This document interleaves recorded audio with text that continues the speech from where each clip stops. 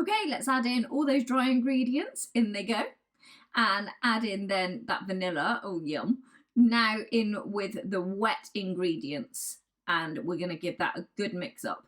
Right, there it is on the mixer. And then just do the last little bit by hand. Make sure it's fully incorporated. And then we're going to put this into a tin. Mine is an 8 by 8 inch tin there. Fully lined, notice line to the sides. Stretch it all out just to make sure it all fits in. And give it a pat down, secure it. And look, magically baked. Then we're going to go in with the crumble. So all the dry ingredients again, then the wet. Give it a good smush together and chill it in the fridge.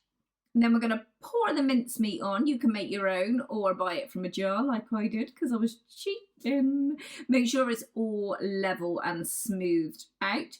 Pop that chilled crumble all across the top there evenly. Don't really let the mincemeat seep through.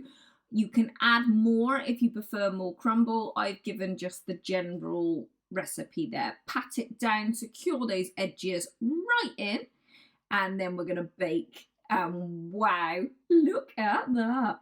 Give it a slice. Pop it in the fridge for a really clean cut. And look, that's amazing. Look! Sorry about the chubby cheeks. Menopause has not been good to me.